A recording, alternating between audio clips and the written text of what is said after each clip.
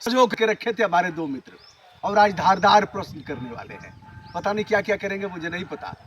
तो दोनों लोग अपना अपना परिचय देंगे और प्रश्न दागेंगे। मैं अवधेश कुमार गुप्ता, और मैं भैया के साथ काफ़ी दिनों से जुड़ा हुआ हूँ, और मैंने कुछ ऐसे चीज़ देखे कि निस्वार्थ भाव से आपने समाज में रहते हुए जो कार्य किया, तो कुछ मन में प्रश्न उठे कि आज आपसे दागिए दागिए दागिए जाए। दागिए। भैया आप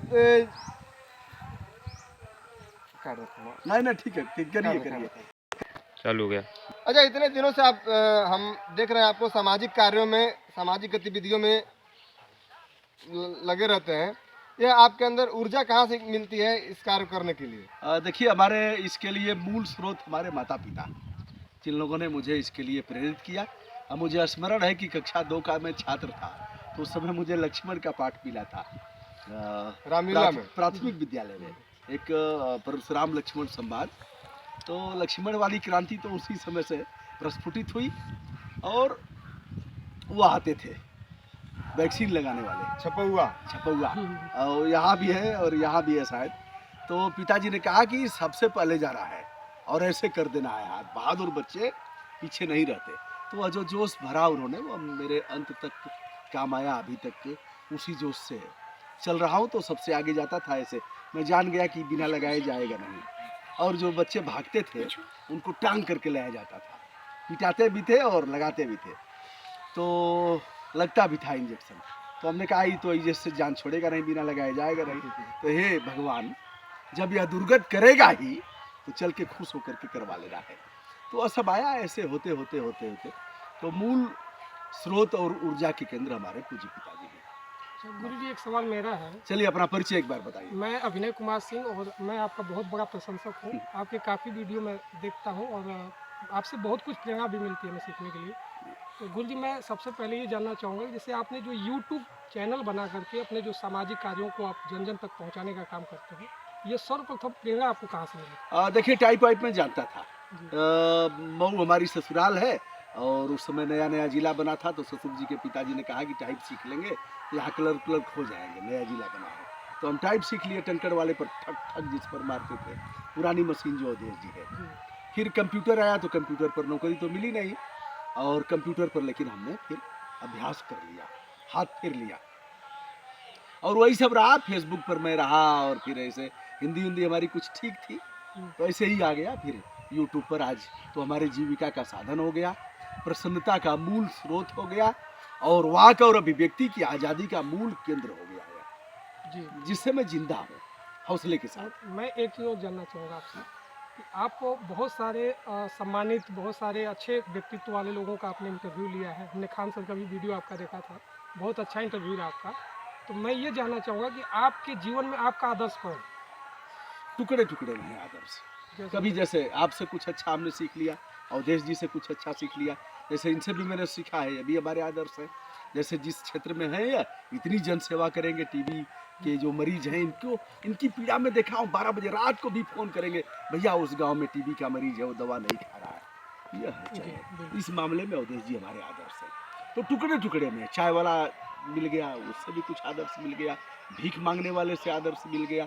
ऐसे में टुकड़े टुकड़े में 1000, 2000, 10,000 गुरु होंगे, एक को तो मैंने नहीं बनाया। मैं ये जानना चाहूँगा गुरु जी आपसे कि आपके जीवन का लक्ष्य क्या है? देखिए, लक्ष्य तो यह है कि प्रसन्नता के साथ जीवन व्यतीत करना। साईं इतना दीजिए, जामे कुटुंब समाए, मैं भी भूखा ना रहूं, साधु न भूखा जाए। इतना मिल जाए जिससे कि दवा के अभाव में कोई न मरे, और कोई आए तो 2 रोटी हमारे साथ खा सके, वह गरिमा के साथ, पहनने वहनने में ठंड के अभाव में ठिठुर करके न मरे, और सम्मानजनक जीवन व्यतीत हो।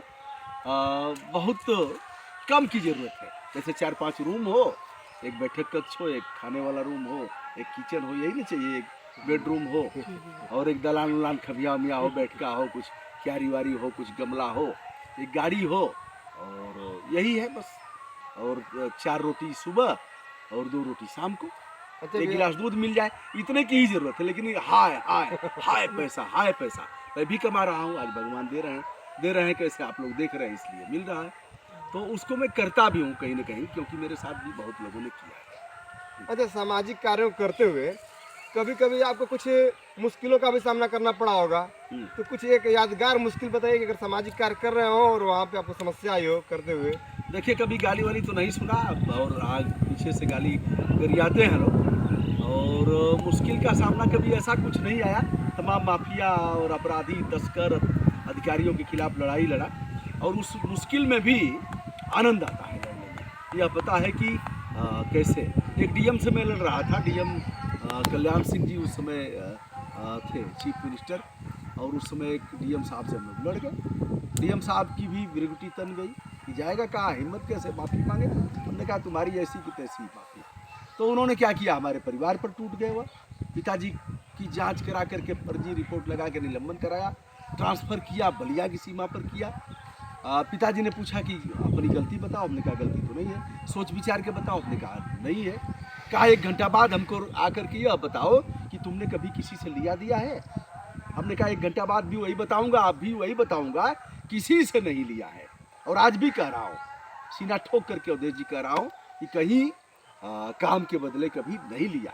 ठोक करके कह रहा हूँ, ऐसे थोड़ी लड़ेगा आदमी। तो पिताजी ने कहा कि भूत तो डराता है, मारने की औकात नहीं है। और उन्होंने कहा कि आलू हुआ है, चोखा और रोटी खा लिया जाएगा, लेकिन लड़ना ऐसे ही है। देखिए बस। चलिए भैया, भैया आपका बहुत बहुत धन्यवाद कि आपने अपना अमूल्य समय हम लोगों के लिए दिया। हमारी शुभकामनाएं